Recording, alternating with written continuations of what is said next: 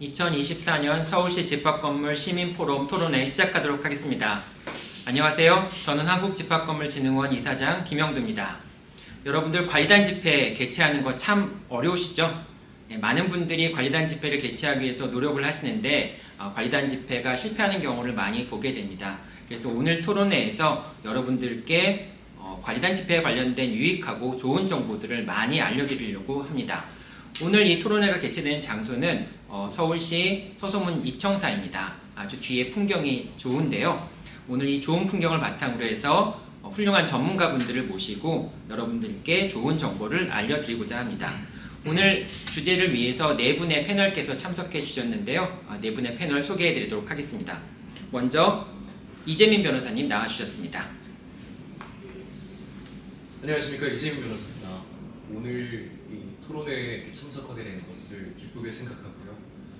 여러분들께서 수고해 주셔서 만들어진 자리이니만큼 저도 유익한 의견을 보탤 수 있도록 최선을 다하겠습니다.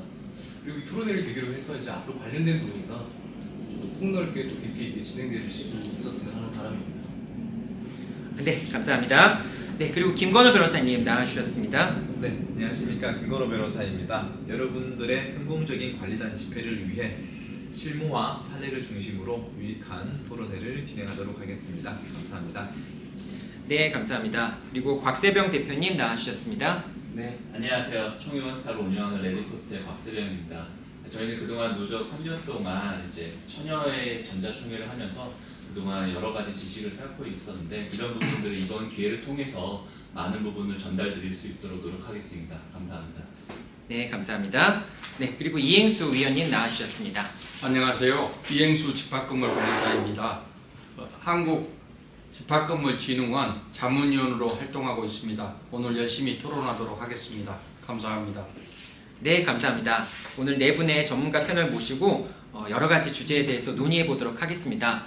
오늘은 크게 5가지 주제를 중심으로 해서 관리단 집회에서 제기될 수 있는 다양한 형태의 의문들을 해소해 드리고 또 유익한 정보를 제공해 드리고자 합니다. 자, 그럼 한 가지 주제씩 살펴보도록 하겠습니다. 제일 먼저 살펴볼 주제는 관리단 집회를 일단은 소집을 하려면은 어떤 준비 사항이 필요할 것 같은데요. 그 관리단 집회를 개최하기 위해서 어떤 절차를 통해서 준비해야 되는지 이런 부분들을 알아보도록 하겠습니다. 먼저 이제 관리단 집회를 소집하기 위해서는 누군가 관리단 집회를 소집을 해야 될 거 아닙니까? 근데 만약 관리인이 있다면은 그 관리인이라는 사람은 관리단의 대표자라고 얘기할 수 있겠죠. 그 관리인이 관리단 집회를 소집하면 될 텐데 관리인이 관리단 집회를 소집하지 않거나 또는 관리인이 없는 경우가 있을 수 있겠죠. 자, 그렇게 관리인이 없는 경우는 구분 소유자들이 관리단 집회를 소집해야 될 텐데 이렇게 관리단 집회를 소집하는 절차가 어떻게 되는지 이제 이행수 위원님께서 좀 말씀해 주시죠. 네. 최초 관리단 집회는 관리인이 없는 경우에 해당되므로 구분 소유자 5분의 1이 개최하게 됩니다. 구분 소유자 5분의 1이 소유자로부터 동의를 받기 위해서는 구분 소유자 중에서 자원하거나 대표자를 선출하여 관리사무소장이나 임차인 또 인근의 부동산 중개사를 통해서 구분 소유자 전화번호를 우선 확보해야 될 것 같고, 그래서 단체 카톡방을 만들거나 우편을 발송하여 관리단 집회의 필요성을 꾸준히 설득하여야 합니다. 위원님, 예. 만약 그러면은 그 공인중개사나 이런 뭐 관리사무소 이런 데서 전화번호 같은 거를 잘 제공해 주시나요? 개인정보라 네. 좀 어렵기는 한데 네. 좀 많은 노력이 좀 필요할 것 같습니다. 아, 그렇구나. 예. 네, 또 더 하실 말씀 있으신가요? 예. 그리고 그 집합건물은 관리단 집회 소집 방식에 대해서 별다른 제한을 두고 있지 않고 있어 카톡방이라든지 밴드 댓글이라든지 문자 메시지, 서명된 임명부 등을 통해서 그 구분 소유자가 동의했다는 점이 확인된다면 유효하다고 인정하지만 실무에서는 소집 동의 절차를 명확히 해두기 위해서 관리단 집회 소집 동의서라는 양식을 통해 서면으로 소집 동의서를 받고 있습니다. 그 김건우 변호사님, 네. 지금 말씀해 주시는 게 소집 동의서를 받는데 그 보통 사람들은 서면으로 받아야 된다라고 생각하시는 분이 많이 네. 있는데 그 어떤가요? 꼭 그래야 되는 건가요? 법원에서는 소집 동의서 형태로 많이 입증을 하기를 원하십니다. 아, 다만 아까 이행수 위원님께서 말씀하셨듯이 소집 의사가 명확하게 확인이 된다면 뭐 네이버 밴드에 댓글로 동의합니다 이렇게 쓰거나 아니면 카톡으로 뭐 동의 의사 표시를 하는 경우도 인정을 해주긴 하는데요. 사실 입증이 쉽지는 않습니다. 왜냐하면 소집 동의자들이 소집 통지서에 5분의 1 명단이 나야 되는데 소유 호실과 성함이 정확하게 파악이 돼야 하신 명단에 넣을 수 있고요. 사후적으로 재판에서 검증을 할 수 있습니다. 따라서 단순히 댓글에 사실 뭐 아이디로 댓글이 나오는 경우도 있어서요. 그렇죠. 뭐 아이디 홍길동이 사실 몇 호에 누군지 잘 모르는 경우가 있어요. 그래서 우리 이행수 위원님께서 말씀하셨듯이 소집 동의서라는 양식을 만들어서 서면으로 하시는 것이 사실 가장 좋다라고 말씀드리고요. 그러면 실무에서 어떤 소집 동의서 양식을 쓰는가 추가로 말씀드리면은 성명, 그다음에 소유 호실, 그다음에 최소한 인적 사항 중에서 생년월일 정도는 사실 들어가면 좋습니다. 세 가지는 필수로 들어가면 좋고요. 그다음 놓치는 부분이 도대체 어떤 안건에 대해서 내가 동의하는지에 대한 소집 동의 안건을 소집 동의서 및 상단 혹은 중간에 별도로 좀 들어가 있어야 됩니다. 이 부분을 놓치기 쉬워서요. 소집 동의서에는 아까 말씀드린 인적 사항과 안건이 꼭 들어가 있어야 된다. 이 부분을 주의하시기 바랍니다. 네, 알겠습니다. 일단은 그러면은 구분 소유자들이 관리단 집회를 개최했을 때 이제 소집 동의서를 받아야 되는데 그 소집 동의서를 받는 경우에 위임장하고 서면 결의서까지 한꺼번에 받는 경우가 있는 것 같아요. 근데 뭐 아직 소집 절차 중인데 이렇게 위임장하고 서면 결의서를 받는 것도 유효한지 여부가 문제가 될 수 있을 것 같은데요. 어떤가요, 김 변호사님? 네. 그 위임장하고 서면 결의서를 좀 나눠서 말씀을 드려야 되는데요. 위임장이라는 것은 사실은 개인 간의 대리권을 당신한테 주겠다는 의사표시이기 때문에 좀 자유롭습니다. 근데 법원에서도 추상적이긴 하지만 그리고 소집 통지가 되기 전 상황이라고 하지만 사실은 사전 위임장도 괜찮다. 또 포괄 위임장도 유효하다라는 것이 대법원 판례 입장입니다. 그래서 실무상으로도 저희가 소집 동의서 및 위임장이라는 타이틀로 하나의 양식으로 만들어서 많이 사용하고 있습니다.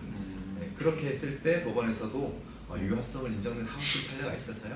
정리하면은 소집을 위한 동의서를 받을 때 위임장도 한꺼번에 받는다는 말씀이신 네. 거죠? 그것도 가능하다는 말씀이신 네, 거죠? 한꺼번에 받으시고 양식도 소집 동의서 및 위임장이라는 하나의 서류로 통상적으로 많이 갖고 있습니다. 네. 추가로 아까 말씀드린 부분이 서면 결의서 부분도 아까 말씀해 주셨었는데 네. 서면 결의서는 조금 다르게 봐야 됩니다. 왜냐하면 서면 결의서는 집회에서 서면 투표이기 때문에 이것은 사실 개인 간의 문제가 아니라 단체법적으로 규율돼야 될 부분입니다. 좀 더 명확하게 규율돼야 될 필요성이 있고요. 저희 집합건물법 시행령에서도 14조에 소집 통지를 할 때 서면 결의서 양식을 첨부하라고 규정되어 있는데 그 취지는 사실 뭐겠습니까?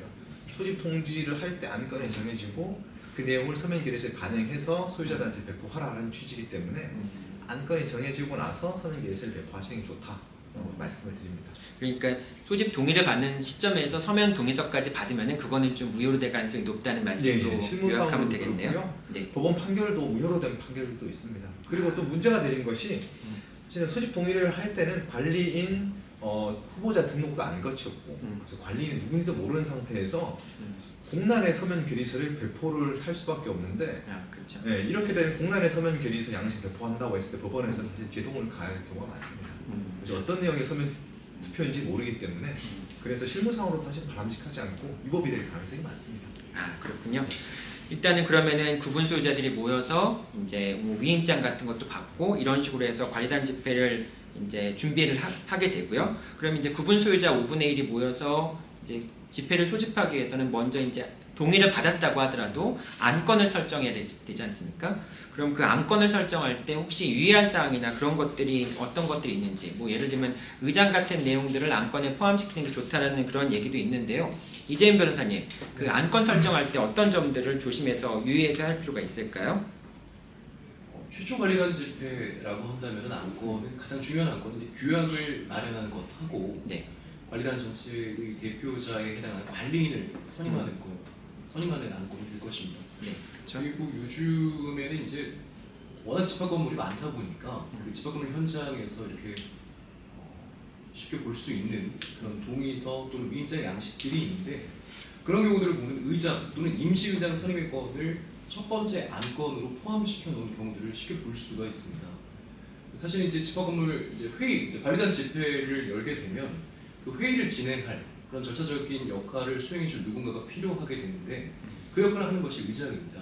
그래서 법률에서는 관리인이 선임이라 했을 때는 관리인이 의장이 되고 일단의 구분 소유자들, 말씀하신 것처럼 구분 소유자 5분의 1 이상이 소집을 했을 때는 그중에 연장자가 이제 의장을 맡는 것을 원칙적인 형태로 규정을 하고는 있습니다. 그런데 이제 연장자가 이제 특히 이제 연장자가 맡아야 되는 그런 경우를 놓고 보면은 누가 나이가 많은지 그러니까 서로 연령을 이제 비교되는 그런 부분이 생기다 보니까 뭐 그런 부분에 대해서 조금 불필요하게 개인 정보가 더 노출되는 건 아니냐. 누가 몇 살인지 그걸 다 알아야 되니까. 네, 뭐 그렇죠? 그런 부분이 예. 있게 되고 또 그리고 이제 특히 이제 실제로 이제 연장자를 바르신 분들이 뭐 이제 어떤 개인적인 이유로 또 회의 진행을 또 어려워하시는 경우도 있고 그럴 수 있죠. 실질적으로는 그러니까 어떤 집회는 그 집회를 주도적으로 소집하는 그 주도적으로 소집을 추진하는 사람이 분명히 있기 마련입니다. 그래서 그런 분들이 의장을 맡는 것이 좋은데 그러니까 이제 법률에서도 규정된 대로 그러면은 집회에서 그렇게 이제 그 관리인 선임이나 규약을 마련하기 위해서 그 집회에서 의결할 수 있다라고 하다 보니까 그러면 이거 역시 관리단 집회 의결 사항이 아니겠느냐라고 해서 다른 안건과 마찬가지로 이제 안건 중에 하나를 포함시키기는 하는데 그게 제가 생각할 때는 사실은 의장이라는 게 예를 들어 비교하자면 관리인하고 나란히 그렇게 논해질 만한 성격의 것은 아니라고 생각합니다. 네. 어디 가서 말씀드린 것처럼 절차적인 권한을 행사하는 것이기 때문에 그렇게 중요한 문제는 아니고 그래서 의장 선임 과정에 어떤 문제가 있었다고 해서 곧바로 그렇게 소집된 그 집회에서의 결의가 뭐 효력에 영향을 받는다거나 그렇게 보기는 좀 어렵지 않은가 같습니다. 연장자 아닌 분이 의장이 됐다고 해서 뭐 네. 특별한 선출 절차가 없다고 해서 결의가 당연히 무효가 되는 건 아니라는 말씀이신 맞습니다. 거죠? 네. 근데 어쨌든 그래도 바람직하기는 의장 선출 절차를 거치는 게 바람직하긴 하겠네요. 꼭 그래야 되는 건 아니지만은. 네, 뭐 지금 이제 법률에서 예정하고 있는 것도 그렇다고 보여지고 현실적으로 제가 느끼기에는 그 의장을 문제되는 이유가 사실은 의장으로서 가지는 절차적인 권한을 행사 또는 남용해가지고 네. 본인들이 어떻게 품고 있는 어떤 결론으로 회의 진행을 주도하고자 하는 그런 경우가 그럴 있기 수 있죠. 때문에 네. 사실은 이게 아까 말씀드린 것처럼 절차적인 권한만 행사할 것 같으면 그렇게 욕심낼 만한 자리는 아니라고 보여지는데 말씀드린 것처럼 그런 의도가 이제 있다 보니까 좀 현실적으로는 문제되는 경우가 있는 것 같습니다. 이재민 변호사님 잘 설명해 주셨는데 네. 실무에서도 의장 선임의 건을 별도의 안건으로 상정하는 경우가 꼭 필수적이진 않습니다. 그리고 네. 법에서 다 규정되어 있기 때문에요. 필수적이진 않지만 실무상 그래도 필요한 부분이 있긴 합니다. 언제냐면 현임 관리인을 상대로 저희가 집회 소집을 신청할 때 소집 청구를 관리인이 할 때, 있는 경우에. 예, 예. 네. 보통 그때는 관리인 해임권이 사실 상정되는 경우라 그러면 그렇죠. 네. 현임 관리인 해임권인데 관리인한테 의장을 하도록 맡기기는 사실 쉽지 않겠죠. 그런 건에서는 임시 집회 소집을 요청을 하면서 이러한 건으로 임시 의장 선임의 건을 보통 넣는 경우가 많습니다. 그러니까 관리인 해임을 위한 관리단 집회가 개최되는 경우에는 관리인 해임 안건뿐만 아니라 임시의장 선출에 관한 안건을 집어넣는 게 예. 나중에 원만하게 집회가 진행되는 절차라고 볼 수 있겠네요. 예. 그렇군요. 그리고 아까 이재민 변호사님 안건 설정에 관한 말씀을 해주셨는데, 근데 이제 많이 물어보시는 질문 중에 하나가 이제 관리위원을 선출할, 보통 집합 건물이 규모가 조금 있으면은 관리위원회를 구성하는 경우가 일반적이죠. 근데 관리위원회를 구성하려면 규약이 설정돼야 되잖아요. 그런데 이제 그 규약을 먼저 설정하는 집회를 개최한 다음에 다시 또 규약이 제정된 다음에 다시 또 관리단 집회를 개최해서 관리위원을 선출해야 되는가, 이제 그런 질문을 많이 하시는 경우들이 있어요. 그래서 이거 두 가지를 한꺼번에 하나의 집회에서 하면 되는가 질문하시는 분들이 많은데 그건 어떤가요? 예, 관리위원 선임에 관한 내용이 포함되어 있는 관리 규약을 마련하는 것하고 네. 그렇게 마련된 관리 규약에 근거해서 관리위원을 선임하는 것 사이에는 논리적인 선후관계는 있습니다만 시간적인 선후관계가 있는 것은 아니기 때문에 네. 단일한 집회에 두 가지 안건을 동시에 상정해서 결의 대상으로 삼는 것도 가능하리라고 봅니다. 물론 이제 좀 더 바람직한 경우를 생각해 본다면 규약을 마련해서 이게 이제 우리 단체의 근본 규모는 규약이니까 거기서 어떤 식으로 되어 있다는 것을 충분히 좀 인지를 하고 그거에 따라서 정해진 바에 따라 관리위원을 선임하겠다라고 하는 것이 더 바람직할 수는 있겠습니다만 집회를 한번 소집하게 되면 특히나 이제 큰 규모의 집합 건물 같은 경우에는 시간이라든가 비용이라든가 이런 것들이 만만치 않기 때문에 그렇게 생각해 본다면 현실적인 측면에서도 그렇게 단일한 기회에 하나의 안건으로서 진행할 필요가 있기는 합니다. 다만 이제 규약이라는 게 말씀드린 것처럼 규약이 유효하게 설정이 되는 것이 관리위원을 선임하기 위한 전제 조건이 되다 보니까 후보자도 받고 그 후보자의 뭐 양력이라든가 이런 것들까지 다 자세히 공부를 했지만 결국에는 규약 설정이 의결 정도수를 충족하지 못해서 좌절된다면 그런 것들이 다 무용한 절차가 될 수 있다는 그런 한계는 있겠습니다. 가능하긴 하지만은 규약이 먼저 제정되어 있다는 말씀으로 저희가 이해를 하면 될 것 같고요. 그 다음에 또 이제 그 구분 소유자분들께서 많이 질문하시는 내용 중에 하나가 그러니까 시행사가 그러니까 구분 소유자 2분의 1 소유권 이전 등기가 안 돼 있다. 그러니까 분양받은 사람들의 절반 이상이 소유권 이전 등기가 안 돼 있다라고 하는 거는 여전히 시행사가 많은 부분을 소유하고 있다라고 하는 의미가 있잖아요. 근데 이제 그 구분 소유자 2분의 1이 소유권 이전 등기를 하기 전에 그러니까 이제 시행사의 보유물량이 많은 상태에서 관리인이 선출되는 경우들이 있는 것 같아요. 이제 그런 경우는 보통 시행사가 입김을 좀 넣는 경우들이 있을 수 있겠죠. 근데 그렇게 구분 소유자 2분의 1이 집합건법은 이제 구분 소유자 2분의 1이 소유권 이전 등기하기 전까지는 분양자가 관리하도록 이렇게 의무를 규정을 하고 있는데 그 분양자가 관리하는 의무 기간 동안에 분양자가 주도해서 관리인을 선출하는 것도 유효하다고 봐야 되는지 그건 좀 어떻게 생각하시는지 좀 말씀해 주시면 좋겠네요. 이게 상당히 네. 좀 이렇게 논란이 많이 되는 부분인 것 같아요. 네, 실무에서도 논란이 많이 되죠. 왜냐하면 분양자 같은 경우에는 본인이 초기에 관리 질서를 형성하고 싶어 하실 거예요. 왜냐하면 하자 보수 그렇죠. 네. 부분도 좀 상쇄시켜야 되니까 본인한테 우호적인 관리인을 뽑고 싶은 생각이 있을 수밖에 없습니다. 네. 사회자님께서 말씀해주신 부분의 답변을 두 가지 부분 좀 나눠서 말씀을 드려야 될 것 같은데 과연 누가 그럼 집회를 소집하는 것인가에 따라서 좀 말씀을 나눠봐야 되는데요. 분양자 혹은 시행사가 집회를 소집하는 경우가 가능할 것인가? 집합건물법에서는 제한 규정을 뒀습니다. 네. 분양자한테 초기에 관리 권한과 의무를 줬지만은 사실 이것은 소유자들을 위한 부견적이고 보충적인 권한이라고 규정되어 있습니다. 어떤 내용이냐면 집합건물법 구조의 3에서 보면은 분양자가 집회를 소집할 수 있는 시기는 사실 말씀해주신 대로 수분양자 2분의 1 이상이 등기를 하고 그 이후에 수분양자들에게 집회를 할 수 있다는 통지를 하고 나서도 그래도 우리 소유자들께서 안 하신다. 그럴 때 보충적으로 3개월 내에 하라라는 취지로 규정되어 있거든요. 그래서 만약에 그 전 단계에서 시행사나 분양자가 본인이 나서서 선제적으로 집회를 하는 경우에는 사실 법원에서는 제동을 걸고 있습니다. 그래서 이러한 직접 집회를 열었다. 그럼 이 집회는 중대한 소집 절차상 하자다라고 보고 있어서 집합건물법의 취지도 맞지 않고 판례상으로도 제동이 걸려서 어렵다라고 말씀을 드리고요. 반면에 이전 등기를 과반수 2분의 1 이상 했어요. 근데 수부양들이 모여서 이제는 우리가 집회를 빨리 해보자. 이럴 때는 사실 5분의 1 이상의 집회를 소집하면 가능합니다. 그건 가능하고요. 예, 예. 네. 그 이재민 변호사님 혹시 뭐 이 부분에 대한 이재민 변호사님도 지금 김건호 변호사님 말씀해 주신 거에 대해서 좀 보충해 주실 만한 내용들이 있을까요? 이게 뭐 그런 거 같습니까? 근데 저는 그런 현실적으로 보면 그런 생각도 좀 듭니다. 이제 이런 논의를 할 때 분양자가 나서서 분양자가 주도적으로 어떤 특정 인물을 염두에 두고 관리단 집회를 소집하는 것 그것은 결국에는 전체 구분 소유자의 이익을 위한 것이 아니고 뭔가 왜곡된 의사결정을 할 가능성이 크다.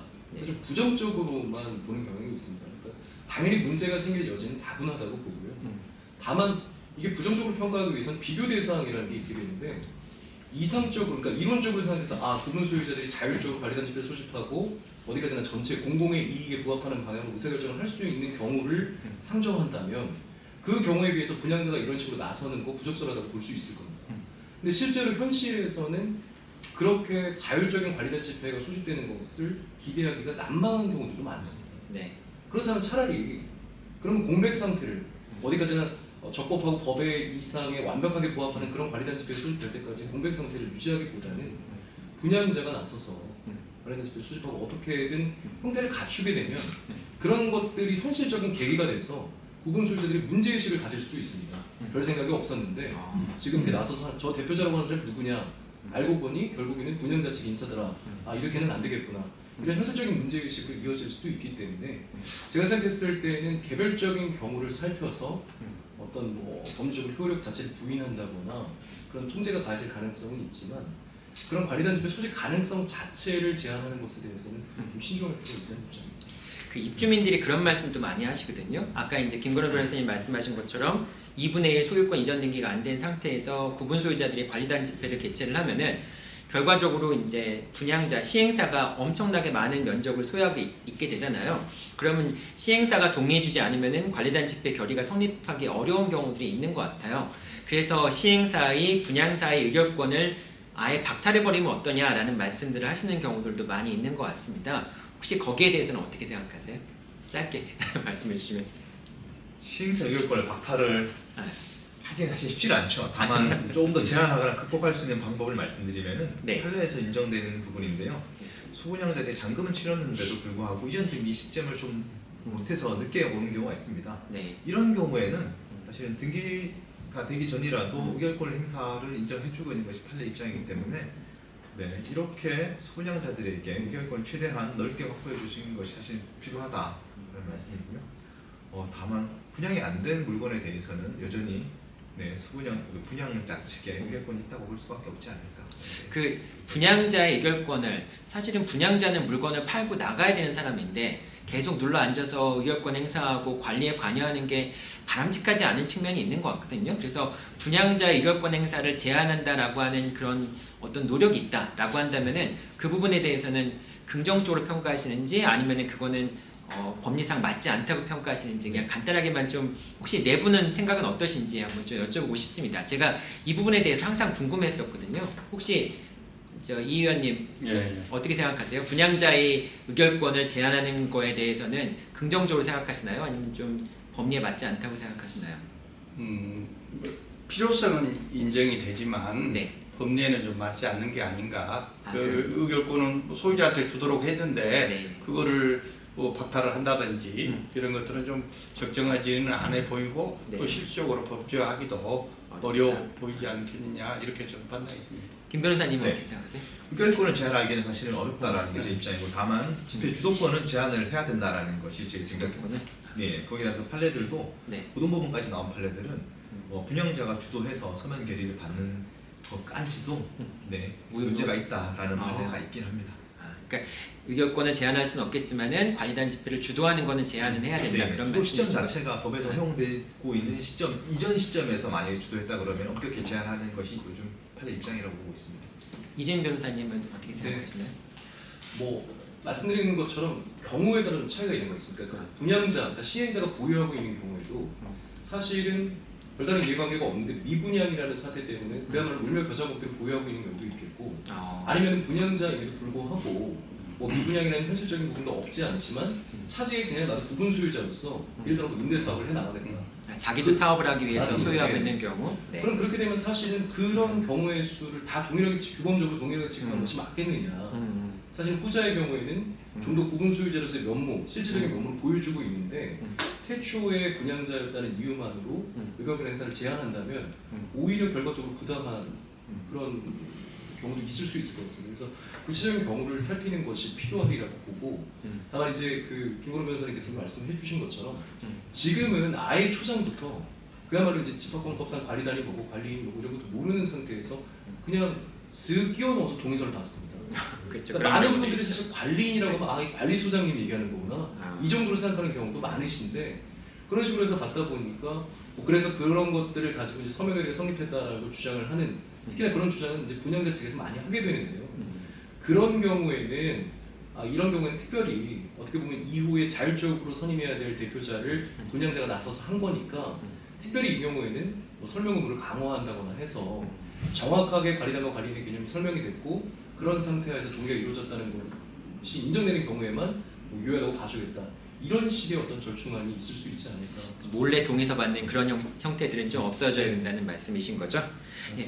박 대표님도 아마 이제 관리단 집회를 개최를 하시거나 이제 이런 걸 많이 해보셨을 것 같은데 이렇게 시행사의 분양자, 시행사라고 하죠. 의결권을 제한해야 된다라고 하는 의견들을 좀 많이 들어보셨을 것 같은데 혹시 들어보신 적 있으신가요? 네, 뭐 당연히 아까 말씀드린 대로 전자 방식으로만 1000번을 이상을 했기 때문에 종류가 진행하는 과정에서 너무 많은 것들 사례를 저는 이제 직접적으로 다가왔는데 저도 김건우 변호사님과 의견이 살짝 좀 동의를 하는 부분이 사실은 이미 그분들이 미분양이든 뭐 아니든 간에 이제 의결권을 많은 다수를 가지고 있는데 거기에다가 추가로 이제 최초의 총회 집회를 한다는 부분까지도 주게 된다면은 사실은 시행사 입장에서 너무 많이 유리한 상황으로 의결을 진행하고 또한 안건마저도 그렇게 진행할 수밖에 없는 상황입니다. 그래서 저도 사실은 의결권은 주되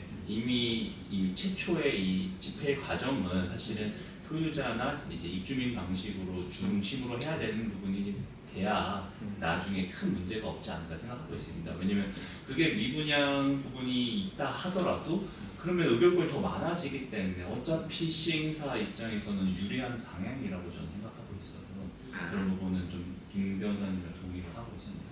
어쨌든 네 분 모두 어떤 그 분양자 시행사 중심의 관리단 집회 결의에 대한 문제점은 다 인식을 해주신 것 같고 거기에 대해서 나름대로 또 해법도 말씀해 주신 것 같습니다. 또 이제 경우들을 나눠봐야 된다는 말씀도 되게 인상적이었고요. 네, 그리고 이제 그 관리단 집회를 준비를 할 때 결국은 뭐 관리단 집회의 가장 핵심적인 게 관리인 선출이나 규약 제정, 뭐 관리위원 선출 같은 게 될 건데요. 그런데 이제 관리단 집회에서 관리인이라든지 관리위원을 선출할 때는 후보자 모집 공고를 해야 된다고 생각하시는 분들이 많은 것 같아요. 근데 집합권법엔 사실은 후보자 모집 공고 절차가 없는데 또 그리고 후보자가 모집됐을 경우에 또 후보자를 검증하는 절차에 관한 규정들 같은 게 없는 것 같은데 이런 경우에 후보자 모집 절차가 반드시 필요한 건지 그 다음에 후보자의 자격 같은 걸 어떤 방식으로 검증해야 되는지 이런 것도 좀 많이 문제가 되는 것 같습니다. 이 부분은 이행수 위원님께서 한번 답해 주시면 좋을 것 같은데요. 뭐 사회자님 말씀대로 집합건물법은 관리인이나 관리위원을 선출할 때 후보 등록 절차를 규정하고 있지 않습니다. 그래서 네. 이 후보 모집 공고를 하지 않았다고 해서 그것만으로 집회가 무효가 되지는 않습니다. 네. 다만 우리가 그 규약에 선관위 규정을 두고 있다면 피선거권 침해로 절차적 하자가 될 수 있습니다. 그래서 그런 걸 고려해서 후보 등록 그 공고를 거쳐야 할 것 같고, 그러니까 규약의 정함이 있을 때는 후보자 모집 공고 절차를 거치는 게 좋다. 네네네. 만약 규약의 정함이 없다면 없다 하더라도 네. 이 후보 희망자에 대한 어떤 균등한 선거 참여 뒤에 또 공정한 선거 관리를 위해서 네. 이 후보자 모집 공고 절차를 거치는 것이 뭐 현실적으로 좋고 또 실질적으로 많은 단지에서 네. 이 후보 등록 절차를 거치고 있습니다. 뭐 다만 좀 그 집회가 좀 어려운 점을 고려해서 약식으로 문자라든지 또 엘리베이터 게시판이라든지 단체 카톡방이라든지 그래서 이렇게 조금 우편까지 보내는 것은 너무 또 번잡하고 절차도 오래 걸리니까 좀 쉬운 방법으로 모집 공고를 했으면 좋겠다 그렇게 좀 생각이 듭니다. 규약의 정함이 있으면은 모집 공고 절차를 거쳐야 되고 정함이 없다 하더라도 가능하면은 이제 입주민들 참여를 위해서 모집 공고 절차를 거치는 게 좋다라는 말씀이신 거죠? 김 변호사님 뭐 하실 말씀? 네. 추가로 말씀드리면은 최근 판례 태도가 어떤가를 좀 설명을 드리면 좋을 것 같아서요. 과거 판례들은 우리 이행수 위원님께서 말씀해 주셨듯이 집합건물법에 관리인 후보 등록 절차에 관한 규정이 없기 때문에 그렇죠? 거치지 않아도 큰 문제는 없다고 판례가 나왔지만 최근 판례들은 엄격하게 제한을 하고 있습니다. 아 그래요? 저는 엄청 이제 환영하고 있는 판례들인데요.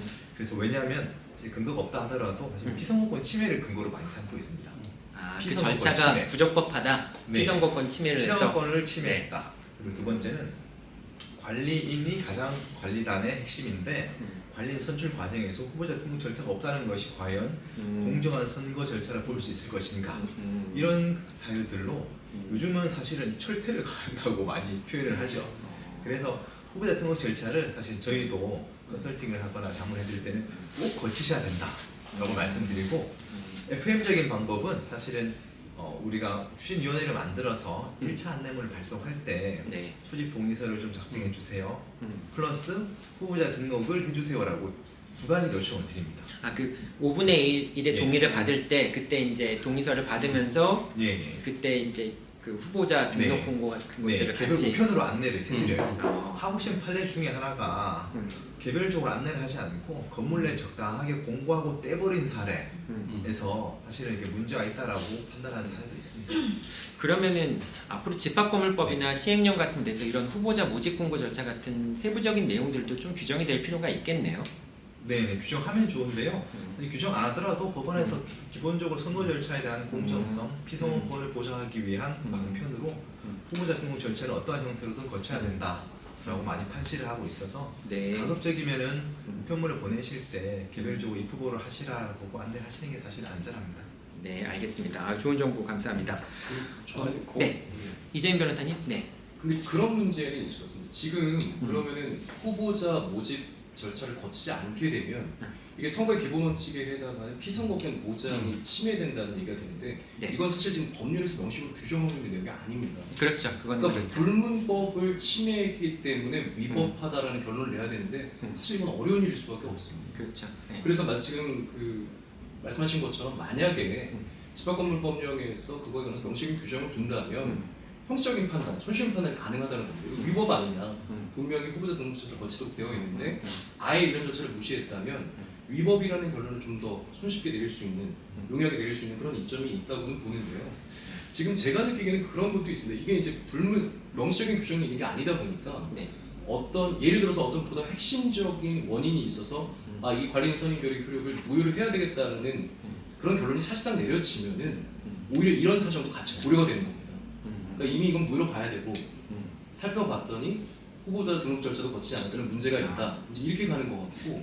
다른 절차적 문제하고 결합해서 무효로 될 가능성이 높다는 말씀이신 거죠? 맞습니다. 그러니까 이게 독립적으로 예를 들어 단적으로 말씀드려서 이 사유 하나만으로 관리인 선임 결의 효력이 좌우되는 일은 없을 거라고 저는 생각이 듭니다. 그래서 지금 말씀하신 내용들을 제가 정리하면은 일단 규약의 정함이 있다면은 당연히 따라야 되지만은 규약의 정함이 없다면은 반드시 해야 되는 건 아니지만은 그래도 가능하면 이 후보 절차를 거치는 게 바람직하다 이렇게 정리하면은 되겠네요. 제가 좀 본 바로는 네. 그러니까 관리단 집회를 개최하는 경우에는 네. 그 모집 공고가 좀 없더라도 뭐 문제가 안 되는 것 같은데 우리가 그 서면으로 네. 관리단 집회에 가름한 서면 결의할 때는 우리가 뭐 이런 어떤 서면만 보고 결의를 하기 때문에 토론이나 뭐 이런 게 뭐 생략된다는 취지 그런 걸 봐서는 좀 더 구체적으로 통지를 해야 된다 아니 모집 공고를 해야 된다 그런 경우에는 조금 문제되는 경우가 있는 것 같은데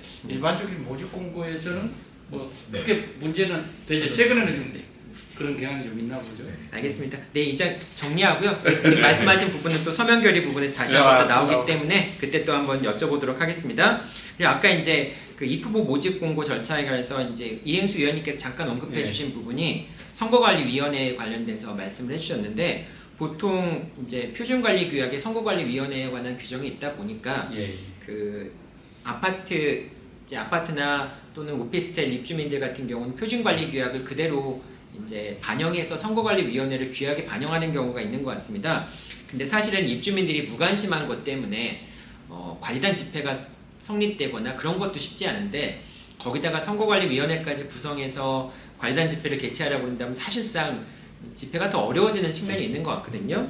그 선거관리위원회를 반드시 구성해야 되나요? 규약의 규정이 있으면 반드시 구성을 해야지만 되나요? 그러니까 집합건물은 뭐 선거관리위원회 그 규정을 두고 있지 않지 않습니까? 그래서 네. 선관위를 구성하지 않더라도 원칙적으로는 이제 문제가 되지 않는데 규약으로 이제 표준규약이 있다 보니까 우리가 규약을 설정할 때 그 선관위 규정을 많이 두게 되는데 이런 경우에는 선행적으로 선관위를 구성하고 선출 절차를 들어가는 게 좋겠다 이렇게 생각이 되고요. 만약에 설령 뭐 규약에 반해서 규약에 선관위 규정이 있더라도 그 구성하지 않은 경우에 그 결의가 당연히 무효가 되는 것 같지는 않고 어떤 불공정하게 했다든지 그 불공정 사유가 그 선거 결과에 영향을 미쳤다든지 이런 것들을 좀 한번 다시 판단을 해보는 것 같고 뭐 우리가 또 규약에 선관위 규정이 없거나 또 구성이 좀 어려운 경우에는 관리인이 이렇게 선관위를 구성해서 운영하면 되지 않을까 이렇게 싶습니다. 실제로 김건호 변호사님 네. 소송을 과정 중에서 네. 이렇게 선관위 때문에 문제가 되는 경우들이 많이 있나요? 선관위 구성이 안 됐다라고 네. 해서 사실은 패소하는 경우가 없습니다. 아 그래요? 네네. 선관위가 규약에 필수 기관으로 되어 있는 경우를 한번 상정해 봐야 될 텐데요. 네. 필수 기관으로 되어 있지만 실제적으로 구성이 안 되는 사례들이 있습니다. 음. 그럴 때도 하고심 법원에서는 구성이 안 돼 있으면 어떡하냐, 어쩔 수 없다. 다만 공정하게 진행했느냐 여부를 가지고 판단을 해서 공정하지 않다는 사례도 있습니다. 규약에 그러니까 정함이 있더라도 예. 선거관리위원회가 구성이 안 됐더라도 네. 공정하고 입주민들의 의사에 맞는 결정이 이루어졌다면은 네. 그러면 꼭 무효가 되는 건 아니다 이렇게 정리하면 되겠네요. 네. 여러 가지 주제에 대해서 살펴봤는데요. 일단은 관리단 집회를 어떻게 소집해야 되는지 소집에 관련된 여러 가지 쟁점들을 살펴봤습니다. 일단 이 주제는 이 정도로 논의를 마치도록 하겠습니다.